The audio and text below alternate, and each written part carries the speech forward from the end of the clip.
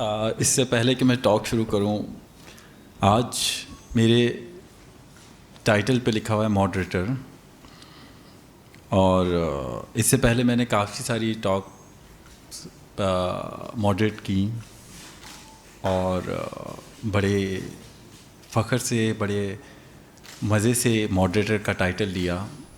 आज ये टाइटल फीका पड़ रहा है मेरे लिए, बिकॉज़ जब आपके ही अपने स्टूडेंट बैठे हों तो मुझे आज की जो फ़ील है वो कुछ इस तरह से हो रही है जिस तरह से आपके घर के बड़ा जो होता है, वो भाई हो, बाप हो, माँ हो, बहन हो, कोई भी ऐसा घर का बड़ा जो जब उनके घर में से कोई एक अफराद, उनका कोई एक बच्चा कोई बहुत अच्छा काम करता है, कोई बड़ा नाम कमाता है, तो वो बड़े सीना फुला के बोलते हैं कि हाँ, ये मेरा बेटा है, ये मेरी बेटी है, ये मेरा भतीजा, ये मेरा भांजा है। तो आज इंट्रोड्यूस कराते हुए एज एन टीचर, टेक्निकली तो मॉडरेटर रखना पड़ेगा, मगर मॉडरेटर को आज मैं साइड पे करना चाह रहा हूँ। मैं उसको अपने दिल में इसी तरीके से रख रहा हूँ कि हाँ, आज बड़े मुझे मज़ा आ रहा है कि ये हैं हमारे बच्चे जिन्होंने इतना अच्छा काम किया है, हमारे प्रीवियस स्टूडेंट जो इतना अच्छा काम कर रहे हैं। तो आज की टॉक में जो अलमनाई फेस्टिवल हो रहा है, इट्स नॉट दैट कि हमने सिर्फ इनसे ये मैं पूछना चाहूँ या ये सिर्फ बताना चाहें कि इन्होंने आर्ट में क्या काम कर रहे हैं, क्या किया। असल में चीज़ तो मैं चाहूँगा कि हम डिस्कस करें। आपका कोई सवाल हो तो ज़रूर करिएगा कि जो स्टूडेंट हैं, जो कल को मुझे उम्मीद है कि यहाँ बैठे होंगे, वो अपने आप को कैसे देख रहे हैं, या ये जब कल यहाँ बैठे होते थे और आज इस मुकाम पे बैठे हैं तो इनकी फीलिंग क्या है। जैसे बड़ा इंटरेस्टिंग है, पेरेंट्स आए हुए हैं, उनकी फीलिंग क्या है। आज तक मैं एक बहुत ही बचकाना सा वो दूंगा कि कल तक शायद मेरी या इनसे प्रीवियस जो सीनियर थे उनकी टॉक की जब पोस्ट लगती थी तो उन्होंने उसको लाइक किया था। आज जब ये इस पोस्ट को लाइक करेंगे और अपना फेस देखेंगे तो उसकी फीलिंग क्या है, बिकॉज़ वो फीलिंग को जिस तरह से बड़ा साइकोलॉजिकल एक बात कहा जाता है ना कि फीलिंग एक कुछ और होती है और उस फीलिंग को महसूस करना वो असल काम होता है। मैं दुखी हूँ, ठीक है, वो किस चीज़ का दुख है वो फिर आपके अंदर एक मज़ा पैदा करता है। मैं खुश हूँ, पर किस चीज़ की खुशी है, जब वो खुशी का एहसास होता है तो वो मज़ा आना शुरू होता है। तो हम बात करना शुरू करते हैं। जैसे ही मैंने मॉडरेटर से टीचर हुआ तो मैं ही बोलना शुरू हो गया, जो यूजुअल करता हूँ। एनी हाउ, तो आप सब में से मेरा सबसे पहले जेनेरिक क्वेश्चन है कि आज यहाँ बैठे हुए क्या फील फ़र्क हो रहा है जो वहाँ बैठे होते थे।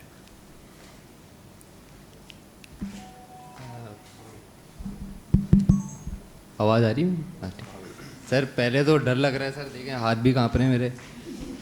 वो इसलिए नहीं कि मैं इन लोगों के सबके सामने बैठा हूँ, ये तो आपने ये तो सही सिखाया है हमें कि हम अपना थीसिस पूरा रिसर्च करते हैं, लोगों से बात करते हैं, तो ये मुश्किल नहीं है। मुश्किल ये है कि आपके बराबर में बैठें, और बस दुआ यही है कि कोई मुश्किल सवाल ना कर लें आप।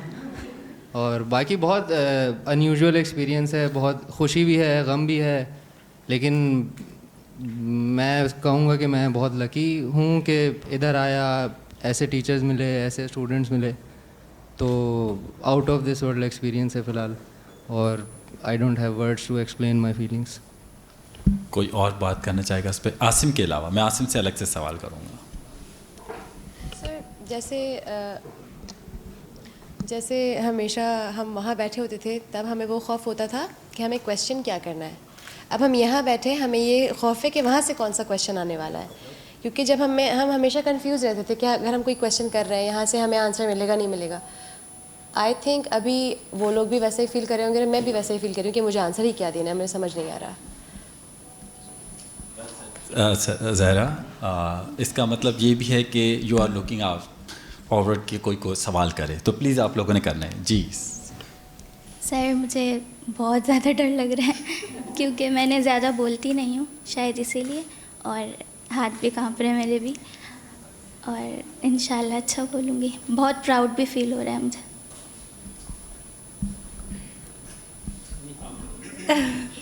सर अच्छा लग रहा है बस।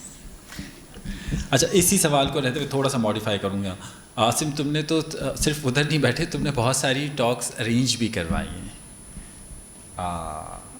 और उनको देखा कि कौन सा पैनलिस्ट आएगा, कौन सा मॉडरेटर आएगा।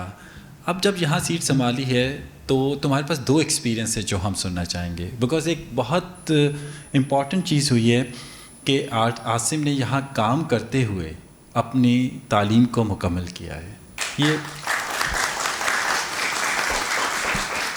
ये आसिम के लिए तो बड़ी बात है, मगर हमारे लिए तो बहुत बड़ा एजाज़ है कि दोनों चीज़ों को जगल करना और अपनी डिग्री सक्सेसफुली कंप्लीट करना। That's wonderful. जी आसिम।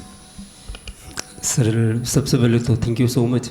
और जिस तरह तहा ने एक बात की कि बहुत मुश्किल, सबसे ज़्यादा मुश्किल यही है कि वहाँ जब बैठते थे तो ये होता था कि यार सर ज़ीशान इससे क्या सवाल करेंगे, अब अगला सवाल क्या आपका सर ज़ीशान का, और ये उसका जवाब दे पाएगा या नहीं दे पाएगा। तो अभी भी फीलिंग्स वही हैं।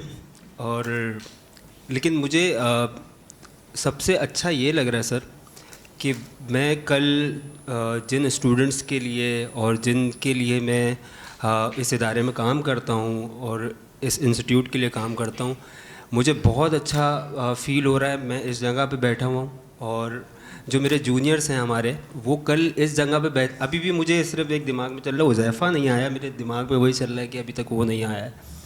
तो मेरे लिए बहुत अच्छा एक्सपीरियंस है और thank you so much sir. Shahid बैठे हैं इधर और आप हैं, शाह साहब हैं, तो इन्होंने इस तरह सिर्फ मैं नहीं, जितने भी यहाँ पर स्टूडेंट हैं वो उनको मैं समझता हूँ कि अपने बच्चों से ज़्यादा प्यार करते हैं और वो अपने बच्चों की ही तरह ही उनको ट्रीट कर रहे होते हैं जिस तरह से ये सारी चीज़ें चल रही हैं। तो मुझे बहुत अच्छा लग रहा है कि आप हो गए, सर शाहिद हो गए, शाह साहब हो गए, सर नज़रुल इस्लाम हो गए, वो हमें अपने बच्चों की तरह रखते थे। और ये एक्सपीरियंस मेरे लिए कि यहाँ बैठना मेरा ड्रीम था और वो आप लोग की वजह से पूरा हुआ। Thank you so much.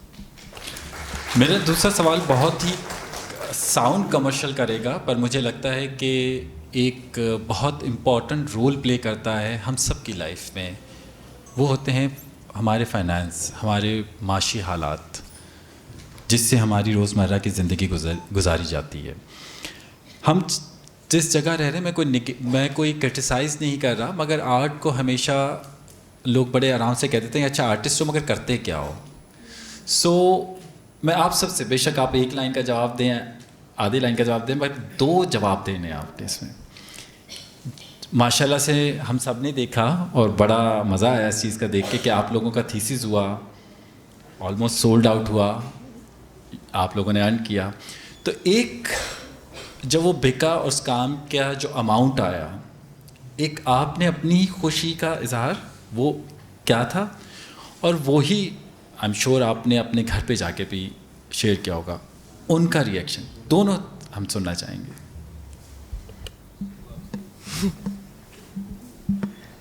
पहला काम सर, क्योंकि यहाँ पे थीसिस में जो है वो बहुत ज़्यादा एफ़र्ट करना पड़ता है, पेंटिंग रिजेक्ट हो रही होती हैं, नए से नया काम करना पड़ रहा होता है। तो उस वक्त तो लिटरली सर हमें नहीं पता होता कि इसको बेचना है, इसके पैसे क्या रखने हैं। हम बस इसमें लगे होते हैं कि अपना फाइनेस्ट प्रोडक्ट बाहर निकालें। और सर शाहिद का तो मैं बोलूँगा, वो बार बार हमें कहते थे कि अगर ख़राब काम है तो इंस्टा पे भी नहीं अपलोड करना। तो उसी में सर बस, लेकिन जब पहला पेंटिंग बिकी तो मेरे दिल में तो यही आया था सर कि बचपन से सवाल हुए थे कि पेंटिंग करोगे तो क्या होगा, पेंटिंग कोई प्रोफेशनल वो नहीं है, प्रोफेशन नहीं है। तो यही था कि अब एक एक को जाके बताऊंगा भाई देखो मुझे बेचना आता है।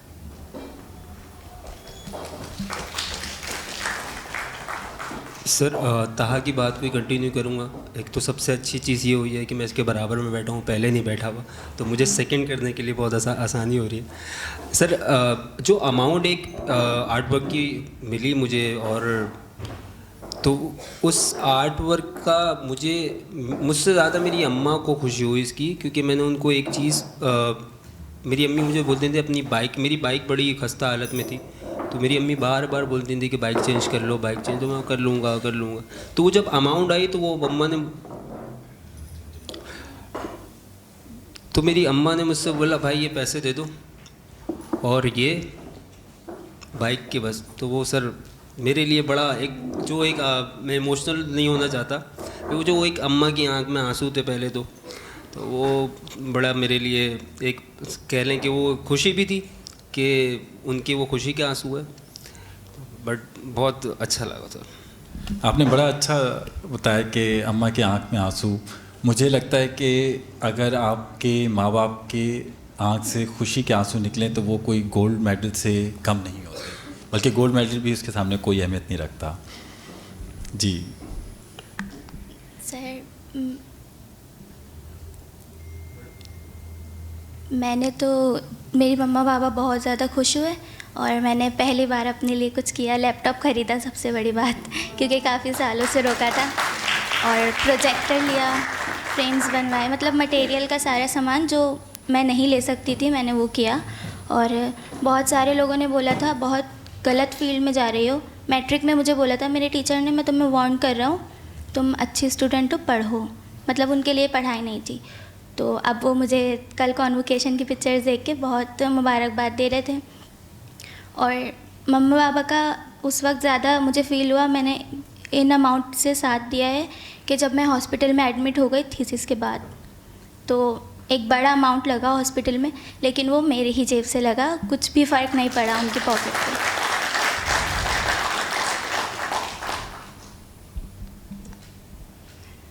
सर मेरे मम्मा पापा को तो बहुत खुशी हुई, सबसे ज़्यादा मतलब इतनी खुशी कि जो मैं बैग्स खड्डी पे बनाती हूँ, जो आ रहा है उसको बुला के दिखा रहे हैं और इस तरह से बहुत वो प्राउड फील कर रहे थे। फिर बहुत सपोर्ट किया, मेरी मम्मा ने सबसे ज़्यादा सपोर्ट किया, क्योंकि मार्केट्स में ऐसे विज़िट करना मुझे अलाउ नहीं था, कभी भी मैं इस सदर की मार्केट्स में नहीं गई। फिर उन्होंने स्पेशली मेरे लिए बनाया कि मैं जाके विज़िट करूं, क्योंकि मतलब वहाँ का माहौल वगैरह, तो फिर बहुत सपोर्ट किया, मुझे बहुत अच्छा लगा। सर जो मैंने कमाया है पेंटिंग से, उससे जो है ना, मुझसे ज़्यादा खुशी मेरे हस्बैंड को हो रही थी कि मेरी बीवी ने पैसे कमाए हैं, मेरी बीवी के पैसे हैं। वो शो ऑफ़ कर रहा था फैमिली में, लाइक मेरी मदर इन लॉ के सामने, सबके सामने, कि ये देखो ये मेरी बीवी के पैसे, मैं आज अपनी बीवी के पैसे से खाऊंगा। लाइक हमेशा तो यही होता है कि हस्बैंड्स मतलब वो कहते हैं कि मैं तुम्हारा हूँ, मैं सब कुछ देख लूँगा, मैं बड़ा हूँ। पेरेंट्स भी बहुत खुश थे और सबसे ज़्यादा खुश जो थे वो मेरे बाबा थे, क्योंकि मेन जो मेरा टॉपिक था वो मेरे बाबा के ऊपर ही था, तो वो ज़्यादा इमोशनल हो जाते हैं हमारी पूरी फैमिली में।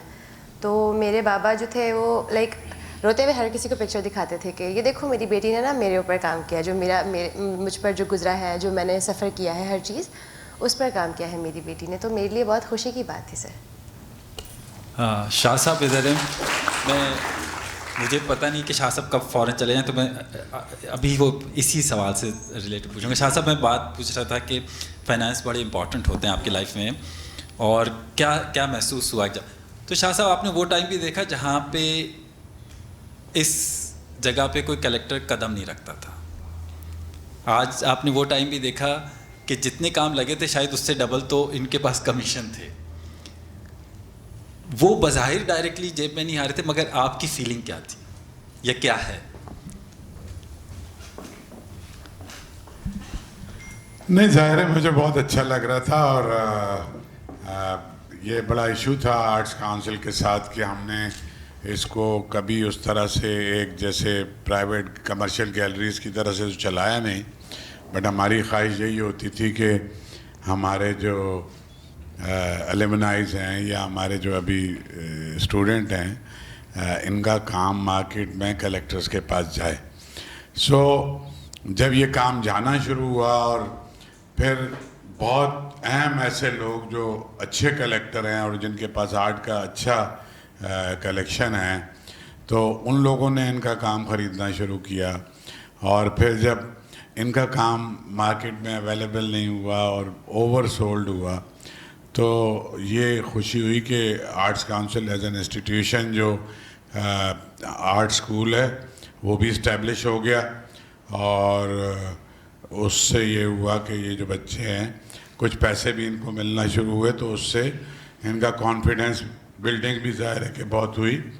और उसमें मैं समझता हूँ कि स्टूडेंट्स के साथ साथ आप लोगों की भी बहुत मेहनत है कि आपने इनको डिफरेंट गैलरीज से भी इंट्रोड्यूस कराया और इनको अपॉर्चुनिटीज़ भी दी। शाहिद साहब ने, आपने इनको बिनालिस में भी लेके गए, इंटरनेशनल आर्टिस्टों के साथ भी इनका एक्सपोजर हुआ।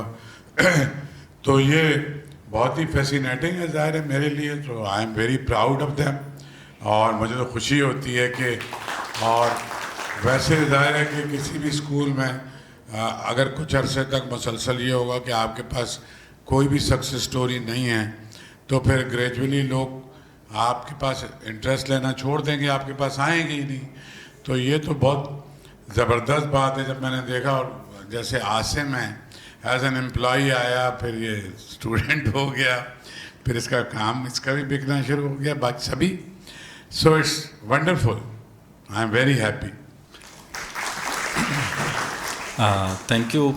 जिस तरह से मैं बहुत बड़ा क्रेडिट देता हूँ शाह साहब को और शाहिद साहब को कि इनका विज़न था, और मैं जहाँ आज बैठा हूँ तो वो शाहिद साहब की दावत थी कि मैं आऊँ और आके इस इंस्टीट्यूट को ज्वाइन करूँ। अच्छा, हम जब बात कर रहे हैं एलुमनाई की, तो आज हमारे पास कुछ तो पैनलिस्ट हैं, पर कुछ हमारे एलुमनाई से, कुछ नहीं बहुत सारे, जो कि सिर्फ आर्टिस्ट नहीं हैं। मैं बड़े श्योरिटी के साथ कहता हूँ कि इस मुल्क के यंग स्टार्स में उनका नाम आ रहा है। हमारे पाकिस्तान में इस टाइम जो हम उन गैलरीज की बात करें जहाँ पे आर्टिस्ट यंग हो या सीनियर हो, ख्वाब करता है कि यार इस गैलरी में मेरा सोलो हो या शो हो, वहाँ पे उनके ऑलरेडी सोलोस जो हैं हो गए हैं या ऑलरेडी डेट्स हैं उनके पास। तो उनका काम करना, क्योंकि अब ये रिस्पॉन्सिबिलिटी आपके कंधों पे है। ये सब स्टूडेंट उनको तो देख रहे हैं, आपको भी देख रहे हैं। तो मैं चाहूँगा अपने से हट के आप सब लोग हमारी जो एलुमनाइज़ हैं उनका नाम लेके अगर हम बात करें कि कौन थे, उसका किसका काम है जो इंस्पायर करा, किसका शो इंस्पायर करा, किसका तरीक़ाकार इंस्पायर कर रहा है आपको। क्योंकि हम ये टॉक है, ये एलुमनाई फेस्टिवल सिर्फ ये नहीं है कि जो अभी फ्रेश ग्रेजुएट उनके लिए, जो सब हैं वो हमारे हैं। तो मैं आप सबसे चाहूँगा कि हमारे एलुमनाइज़ को रहते हुए, मद्देनज़र रखते हुए बात करें। सर, जब मैं आर्ट्स काउंसिल में आया था तो वो 3 इडियट का वो डायलॉग है ना कि पढ़ने के लिए यूनिफॉर्म चाहिए। तो सर यहाँ तो यूनिफॉर्म भी नहीं चाहिए था। यहाँ तो हमने देखा था, हम जरनाब मेरी सबसे ज़्यादा इंस्पिरेशन है, क्योंकि उनको मैंने देखा था कि हम ब्रेक ले लेते थे, हम चाय पीने चले जाते थे, but she was always there working, चाहे रात हो जाए सुबह हो जाए। तो और इन लोगों ने कभी बदतमीज़ी नहीं की, कभी डांटा नहीं, कभी रैगिंग नहीं की हमारी, और मुश्किल सवालों के इजी जवाब दिए।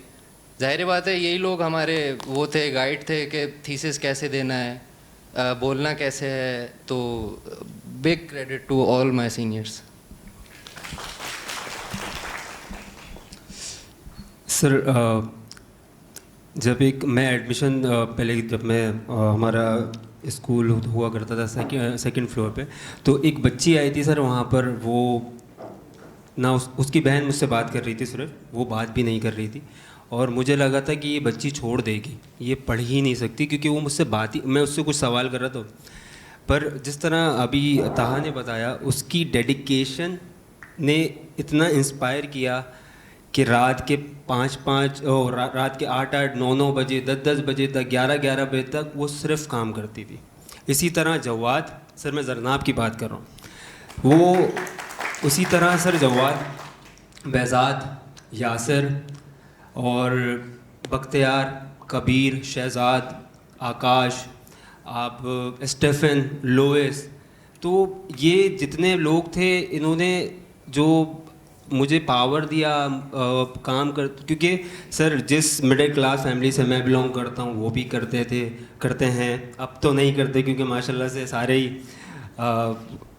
तो मेरे लिए बड़ा प्राउड मोमेंट था कि मैंने उनके साथ काम किया।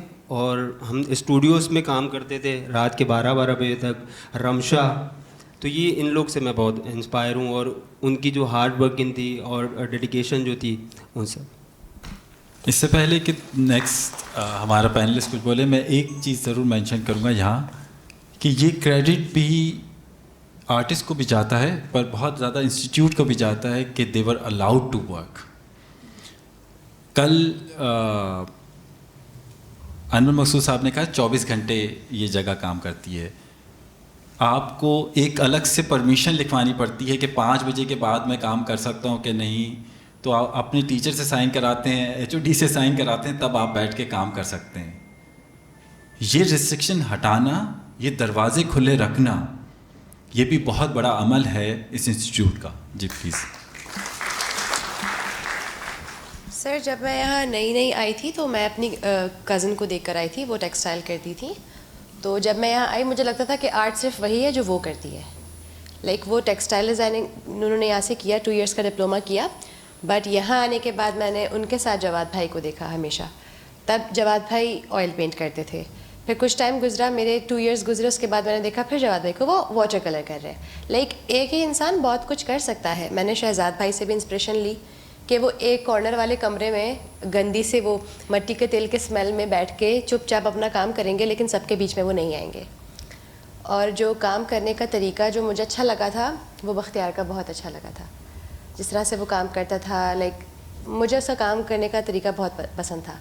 आकाश भाई भी बहुत अच्छा काम करते थे। लेविस और स्टीफन का जो याराना था वो भी बहुत अच्छा लगा था मुझे, कि वो हर वक्त एक साथ रहते थे हर वक्त। और इनका पूरा बैच मुझे बहुत पसंद है क्योंकि इनमें यूनिटी बहुत ज़्यादा है। आज भी ये लोग कहीं भी जाते हैं हमेशा एक साथ ही नज़र आते हैं, अलग अलग नहीं होते। इन पूरे बैच की जो एक बात है वो यही है कि एक साथ ही रहते, कभी अलग नहीं होते। सर, जब मैं आई थी यहाँ पे तो मुझे समझ आ रहा था कि सही है सब, लेकिन जितना मुझे आसिम भाई ने सपोर्ट किया है थ्रू आउट 4 इयर्स, हमारी लड़ाई भी हुई, सब हुआ, लेकिन सबसे ज़्यादा इन्होंने मुझे सपोर्ट किया। फिर ताहा ने मुझे सपोर्ट किया क्योंकि यहाँ पे टेक्सटाइल का थोड़ा सा कमी थी टीचर्स की और सबकी। अब तो खैर मैं देखती हूँ बच्चों को अच्छा काम कर रहे हैं, तो बस मैं इन दोनों को तो बहुत ज़्यादा बोलूँगी कि इन दोनों ने बहुत हेल्प करी है मेरी। सर, जब मैं इधर आई थी 9th क्लास में थी, तो मुझे कुछ भी नहीं पता था। मुझे आसिम भाई ने एडमिशन दे दिया, ये बड़ी बात है। मम्मा ने बहुत रिक्वेस्ट की थी। फिर मैं जरनाब से मिली और फर्स्ट ईयर से लेके अभी तक हर एक चीज़ मुझे नहीं पता था। स्कल्पचर भी कुछ होता है या एक्रेलिक भी कुछ होता है, तो उन्होंने मुझे एक चीज़ बताई है कि फ्रेम कहाँ से लेना है, कपड़ा कौन सा लेना है, पेंट कौन से लेना है, और पैलेट कलर सब कुछ उन्होंने बताया। और जवाद भाई ने मुझे हेयर्स पेंट करना बताया और उनकी वजह से आज मैं बहुत अच्छे बना लेती हूँ। और काफ़ी इन दोनों ने बहुत ज़्यादा सपोर्ट किया है हर चीज़ में। थैंक यू जरनाब और जवाद। आई थिंक ये सिर्फ एक अच्छे आर्टिस्ट या टीचर की नहीं, एक अच्छे इंसान की निशानी है कि वो अपने साथी की मदद करते हैं। हुज़ैफ़ा ने हमें थोड़ा सा लेट ज्वाइन किया। वालेकुम सलाम। हुज़ैफ़ा, कैसे हैं आप? खैरियत से? अल्हम्दुलिल्लाह सर। मैं पहले इंट्रोडक्शन दे दूं थोड़ा सा? जी जी। सर, मैं हुज़ैफ़ा ख़ान मेरा नाम है, मैं कम्युनिकेशन डिज़ाइन का स्टूडेंट हूँ एंड नाउ सर मैं एक आर्ट डायरेक्टर और एक सेट डिज़ाइनर हूँ। तो सर अब्बास वहीद बहुत पुराने स्टूडेंट हैं यहाँ के, गोल्ड मेडलिस्ट, तो उन्होंने मुझे ये सब ट्रेन किया और सारा क्रेडिट मैं उनको देता हूँ क्योंकि उन्होंने मुझ में एक आर्टिस्ट देखा। वो आर्टिस्ट भी हैं, वो सेट डिज़ाइनर भी हैं और वो एक आर्ट डायरेक्टर भी हैं। तो अब्बास वहीद बहुत पुराने स्टूडेंट हैं यहाँ के और गोल्ड मेडलिस्ट भी हैं, तो मैं उनसे इंस्पिरेशन ली। मैं इससे पहले कि आप सब लोगों को दावत दूंगा कि आप लोग सवाल करें, 2-3 अचीवमेंट हैं या आप बोलें कि मैं शो ऑफ कर रहा हूँ, मैं करूँगा, दिल से करूँगा, मुझे बहुत खुशी है। जरनाब का जैसे नाम मुसलसल आया, मुझे याद है थीसिस के दिनों में मैं ऐसे ही पूछ रहा था एज ए टीचर कि भाई क्या ख्वाहिश है नेक्स्ट, तो जरनाब ने कहा कि मैं चाहती हूँ कि मैं सनत में शो करूँ। माशाल्लाह से उसने ग्रुप शो भी किया, वहाँ सोलो भी किया और अभी अगले साल का बुकिंग भी है इसके पास मौजूद। पर उससे पहले लाहौर में भी सोलो की बुकिंग मौजूद है। बुकिंग कह लें, वॉट एवर, जो भी आप नाम दे लें, स्लॉट दे लें। So that's a big achievement. एक बड़ी इंटरेस्टिंग चीज़ है, मैं बड़े ओपनली कह सकता हूँ क्योंकि सनत गैलरी जो ओन करते हैं आबिद मर्चेंट मेरे बहुत अच्छे दोस्त थे, तो उनका नाम लेके कह देता हूँ कि बहुत से आर्टिस्ट हैं जो उस टाइम ख्वाहिश करते हैं कि वहाँ शो हो।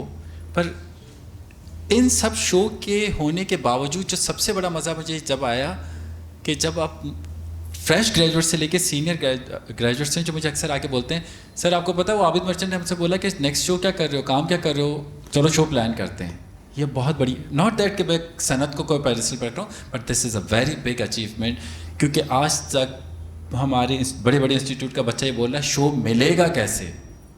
यहाँ पे गैलरी बोल रही है शो कब दे रहे हो, क्योंकि ये अच्छा काम कर रहे हैं। जैसे आसिम ने बताया कि ये कितने आवर्स लगा रहे हैं। सिर्फ इंस्टीट्यूट जो है या शाह साहब जगह प्रोवाइड कर दें, शाहिद साहब आपको एडवाइस कर दें, आपकी मेहनत का जो है शामिल होना बहुत ज़रूरी है। आप सब, अगर कोई पेरेंट्स यहाँ पे मौजूद हैं, उन सबका भी मैं शुक्रिया अदा करना चाहता हूँ कि उन्होंने अपने बच्चों को सपोर्ट किया। तो मैं चाहूँगा कि अगर आप लोगों को कोई सवाल हो। हाँ प्लीज़ प्लीज़। मैं सिर्फ एक बात बोलना चाहूँगा। मैं यहाँ पर जो है वो आर्ट स्कूल में एकेडमिक मैनेजर भी हूँ, आर्ट गैलरी को भी देखता हूँ। बट एक इस इदारे की सबसे अच्छी चीज़ ये है कि यहाँ पर जो हमारे डायरेक्टर हैं वो अरमान रहीम साहब हैं, वो भी यहाँ पर स्टूडेंट आए थे। और शाह साहब जो एक अगर कुछ करना चाहता है या कुछ वो नौकरी भी हम यहाँ पे कर रहे हैं, पढ़ना चाहता है, शाह साहब उसको रोकते नहीं हैं बल्कि उसको सपोर्ट करते हैं। मैं भी यहाँ पर जिस तरह से आया था वो मैं एज एन राइडर आया था इधर। मैं राइडर आया था, टेक्निकल बोर्ड के हमारे एफिलेटेड थे, इंस्टीट्यूट एफिलेटेड है टेक्निकल बोर्ड से, तो मैं उसके लिए राइडर अपॉइंट हुआ था।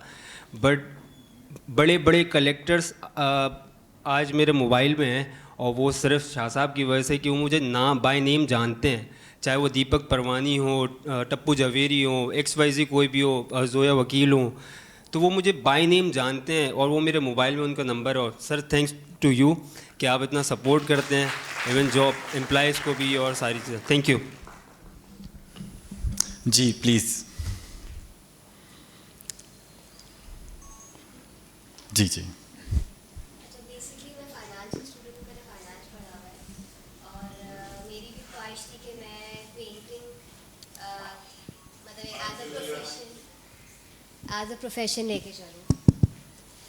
बट आपको परमिशन नहीं मिलती है। जैसे मुझे परमिशन नहीं मिली थी कि हम इतना पैसा लगाएंगे तो यू शुड गेट, आप अर्न भी करना शुरू करें।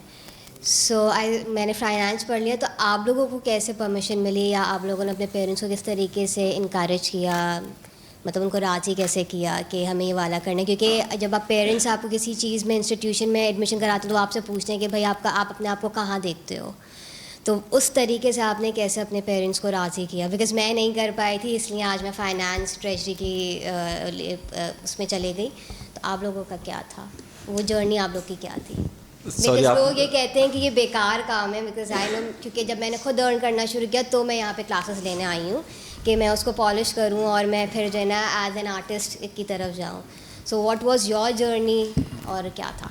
अच्छा, इससे पहले ही आंसर दें, ये वाला सवाल एक बहुत आज से कोई 20 साल पहले, 22 साल पहले मेरे एक स्टूडेंट के वालिद ने कहा कि तुम लॉ पढ़ लो, तुम क्या करोगे, भूखे मरोगे। तो मैं सिर्फ आपको एग्जांपल दे रहा हूँ, जो हमारे सीनियर हैं उनका आप देखा। तो उसने कहा कि आपको पता है जो XYZ, मैं उस आर्टिस्ट का नाम नहीं लेना चाह रहा, वो जो पढ़ाते हैं वो अभी घर बना रहे हैं, उन्होंने 40,000 का एक कमोड ख़रीदा है। सो यू नो, कभी कभार कंपैरिजन दिखाना पड़ जाता है। और ऐसा मैं हरगिज़ ये नहीं कह रहा कि माँ बाप गलत हैं, वो अपने डायमेंशन में बिल्कुल सही हैं, क्योंकि वो सिक्योर करना चाहते हैं बच्चे को। सो कभी कभार हम बच्चों को भी ये लेनी पड़ेगी, रिस्पॉन्सिबिलिटी दिखाना पड़ेगा। और हमारे पास माशाल्लाह से बहुत सारी एग्जांपल्स हैं। जी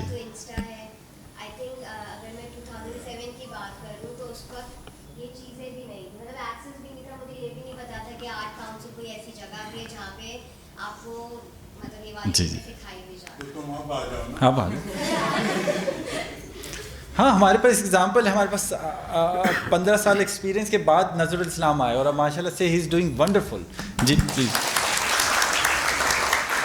जी आपका सवाल था सपोर्ट कैसे हुआ। अब आई थिंक मेरे साथ शायद ऑपोजिट था, क्योंकि मेरे पेरेंट्स ही, मतलब पेरेंट्स में भी अम्मी को मैं बोलूँगा कि अम्मी ही सबसे ज़्यादा राज़ी थी। उनको मुझसे ज़्यादा मेरे ऊपर भरोसा था। और मिसाल वो तो बहुत अच्छी देती हैं, लेकिन मैं अपने लिए मिसाल ये देता हूँ कि जैसे एक प्रिजनर घर में पड़ा होता है ना, उसको खाना ऐसे फेंक देते हैं, तो मेरा वही हिसाब है, मैं काम करता रहता हूँ। ये लोग, इन्होंने कभी किसी चीज़ का मुझे नहीं बोला कि ये करना है, घर का ये काम है, सब कुछ इन्होंने अपने ऊपर लिया, और ताकि मैं जो है वो पूरे पोटेंशियल के साथ काम कर सकूं। तो it was different for me. अच्छा, आपने फाइनेंस और फाइन आर्ट दो एक ही जैसे लगते हैं, तो मैंने जब घर पे बताया, मुझसे पूछा कि तुम लेट क्यों आते हो, इतनी देर में क्यों आते हो, 2 बजे 1:30 बजे। तो मैंने उनको बताया कि मैं पढ़ भी रहा हूँ साथ साथ। तो उन्होंने बोला क्या पढ़ लो, तो मैंने बोला फाइन आर्ट, तो वो समझे फाइनेंस। तो जब मेरी वालदा जो है तो उनको वो नहीं पता था, क्योंकि सर ज़िशान वाली बात कि पेरेंट्स चाहते हैं जो हम नहीं कर पाए, या हम जिस तरह जो हमने फेस किया वो हमारे बच्चे फेस ना करें। तो वो इसी चीज़ में रहे। जिस दिन मेरी एग्जीबिशन थी 3rd ईयर की, तो 3rd ईयर में जब मेरी मम्मा आई तो मेरी मम्मा ने पूछा तुम क्या है ये। तो मैंने बताया तो ना मैं फ़ाइन आर्ट्स में पढ़ रहा हूँ। तो उन्होंने बोला तुमने तो फाइनेंस बोला था। मैंने बोला नहीं, यही है मैं फाइन आर्ट। तो मुझे इस तरह से परमिशन मिल गई। और मेरे बैकग्राउंड में अगर थोड़ा सा जाऊँ तो मेरे कज़न्स, मेरी बजिया और मेरे वो स्प्रे आर्ट करते थे, तो मैं उनके साथ मिलकर बचपन से करता, तो ये वहीं से शौक़ पैदा हुआ मेरा। जैसे अभी आसिम भाई ने बताया फाइनेंस और फाइन आर्ट्स का, तो ये हमें बहुत ज़्यादा फेस करना पड़ा जब हम ट्रैवल करके बस में आते थे। क्योंकि हम स्कल्पचर की क्लास के बाद जब हमेशा घर जाते थे ना, तो हमारे कपड़े ऐसे होते थे कि कोई बस के अंदर भी नहीं आने देता था हमें, कि ऊपर से नीचे पहले देखेंगे। जब नए रेड बसेस आए थे तो उनको लगता था कि भाई कोई भी उठ के आ गया, अब ये आएंगे, सफोकेशन होगा, स्मेल होगी, ये वो। तो आंटियाँ पूछती थी कि क्या पढ़ते हो, क्या करते हो। पहले ऊपर से नीचे देखेंगे, हम बोलते थे फाइन आर्ट्स, वो कहते थे फाइनेंस। हम उसी में चुप हो जाते थे कि वो अच्छा समझ रही है, अच्छा समझने दो। और रही बात फैमिली सपोर्ट की, उसमें मेरे घर में वही मेरी अम्मा मेरे साइड पर थी, बाबा और भाई लोग रेडी नहीं थे, क्योंकि कभी मैंने अकेले ट्रैवल नहीं किया था पहली बार, और मैंने अपना इंटरमीडिएट भी प्राइवेट दिया था, मैं घर से बाहर नहीं निकली थी। स्टार्टिंग के कुछ मंथ्स में तो मैंने वैन लगवा ली थी, लेकिन मेरे भाई ने कहा कि कब तक वैन में जाओगी, उसका ख़र्चा भी बहुत ज़्यादा है, जाओ लोकल बस में जाओ। 1 दिन 2 दिन 3 दिन, उसके बाद वो मुझे कहते थे कि हम ड्रॉप करके आते हैं। मैंने कहा नहीं, ज़रूरत नहीं है, मैं खुद जा सकती हूँ। एक मर्तबा आपको एक बंदा या एक फैमिली मेम्बर या कोई भी आपका जो सही से पुश कर देना, तो फिर आप हर चीज़ कर सकते हो।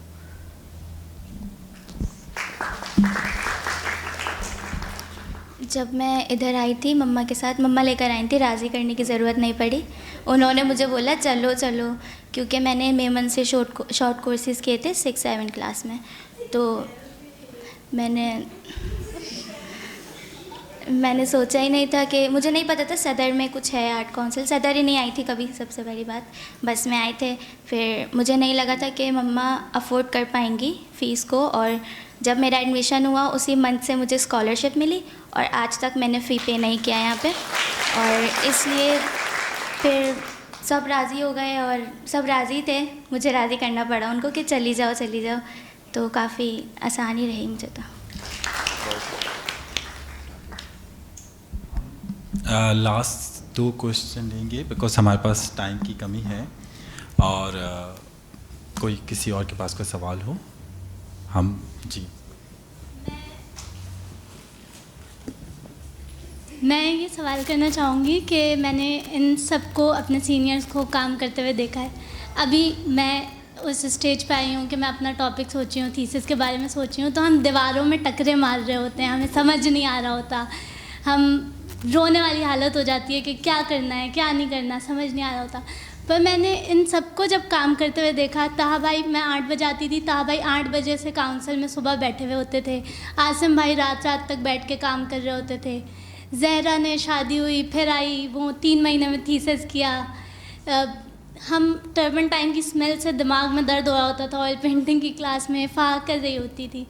तो मुझे पूछना है कि अब जब मुझे ये सब फील होता है, मुझे एक सफोकेशन फील हो जाती है करते करते कि क्या कर रही हूँ मैं, तो वो होप जो आप लोगों में थी कि इतनी डेडिकेशन से आप काम कर रहे थे, तो वो होप क्या थी जिससे आप रोज़ सुबह उठ के आ पा रहे हो, काम कर पा रहे हो?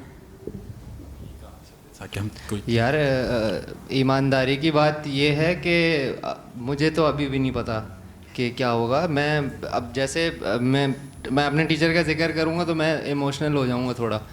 तो वो हमेशा उन्होंने अच्छा समझाया, मतलब कभी परेशान बहुत हुए, टक्कर अभी भी मार रहे हैं, लेकिन अभी पूछते हैं कि सर आगे क्या होगा, तो हमें यही आगे से ऑर्डर मिलता है कि बेटा सर नीचे करो और काम करो बस। कैसे होगा, कहाँ लगना है, किसके पास जाना है, फ्रेम कहाँ से होगा, सब कुछ एवरीथिंग हमारे पास वन स्टॉप सॉल्यूशंस हैं और बहुत सारे हैं हमारे पास। मुझे कोई एस्थेटिक प्रॉब्लम है, जो कि मुझे कोई पोएटिक बात सीखनी है, मुझे नहीं समझ आ रहा है कि मेरी पेंटिंग में खूबसूरती क्यों नहीं आ रही, तो सर शाहिद का दरवाज़ा हमेशा खुला है। चाहे वो खाना खा रहे हो, कुछ भी हो, आप बस जाओ उनके पास और पूछ लो। सर जीशान से थोड़ा डर लगता है, जो ईमानदारी की बात है। तो सर नज़र के थ्रू जब इनसे बातचीत हुई तो पता लगा कि ये इतने नहीं हैं, हाँ ये बहुत जीनियस हैं। और बस यही है, आप ये वक्त गुजर जाएगा, काम करते रहो दिल लगा के, जैसे हमारे बड़ों ने किया है ऐसे आप देखो उनको। आई थिंक यही इसकी खूबसूरती भी इंस्टीट्यूट की कि बहुत कलेक्टिवली हम सब चल रहे हैं। शाह साहब फाइन आर्ट्स के टीचर नहीं हैं, मगर ये भी उतने इन्वॉल्व होते हैं। शाहिद साहब कभी ये नहीं कहेंगे कि मैं पेंटिंग पढ़ा रहा हूँ तो ज़िशान नहीं बोलेगा, या ज़िशान मिनिएचर पढ़ा रहा है, नज़र पढ़ा रहा है तो मैं नहीं बोलूँगा। ये कलेक्टिव एफर्ट है जिससे हम यहाँ पहुँच रहे हैं। जी, किसी और का कोई सवाल हो?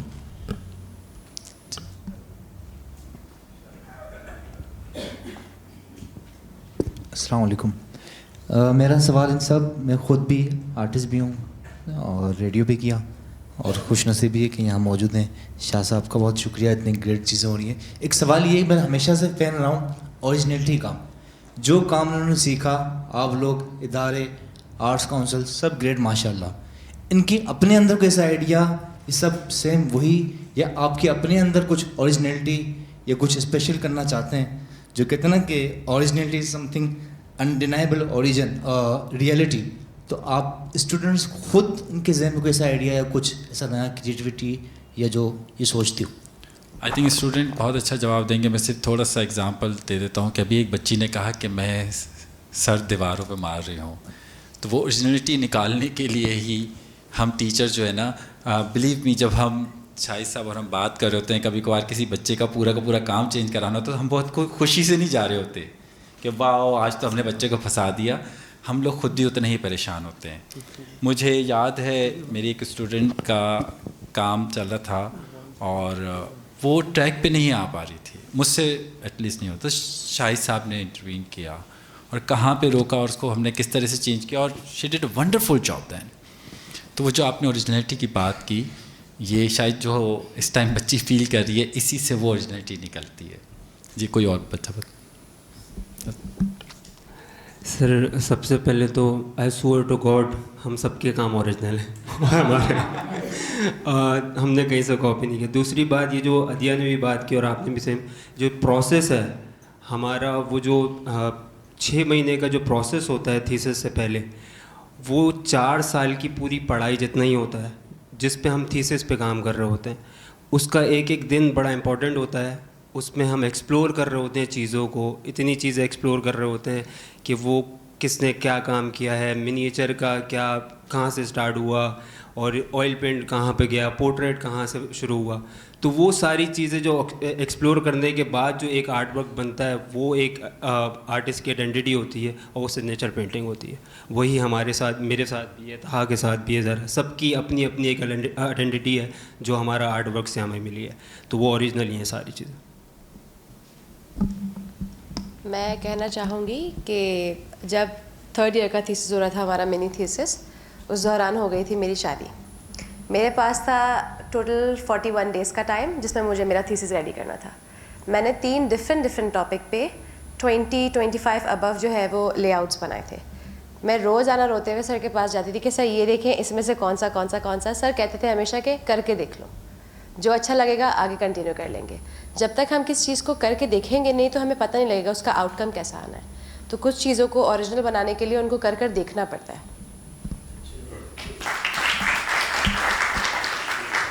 जब मैं 3rd ईयर में आई थी तो सर ने बोला था क्या हुआ है ऐसा लाइफ में जो तुम टॉपिक उसको ले सको, क्योंकि पर्सनल करना था थोड़ा। तो मैंने बोला सर अभी नया नया मुझे तो डिज़ीज़ डायग्नोज हुआ है और कुछ भी नहीं हुआ इसके अलावा। तो सर ने बोला सारी रिपोर्ट्स ले आओ। फिर एक एक रिपोर्ट को पढ़ा, एक एक चीज़ को देखा, सर्च किया। मुझे नहीं पता मेडिकल में इसका मतलब क्या होता है, उसका क्या होता है, तो बहुत सर्च किया और काफ़ी रिसर्च के बाद 3rd ईयर का थीसिस बनाया। तो अब 4th ईयर का मेरा बिल्कुल चेंज है उससे, लेकिन 3rd ईयर में एक पेंटिंग बनाई थी जिस पे वॉश किया था। तो सर ने बोला अब इसको कंटिन्यू करके देखो कैसा लग रहा है, तो उसको किया, उधर से ही ओरिजिनल निकला। ज़फ़ा आप? मैं ज़हरा की बात से एग्री करूँगा कि जब तक आप कुछ करोगे नहीं खुद तो आपको कुछ समझ नहीं आएगा। लेकिन फिर भी आप अगर कंफ्यूज हो रहे हो या आप फिर भी स्टक कहीं हो गए हो तो आपको एक उस्ताद की ज़रूरत है।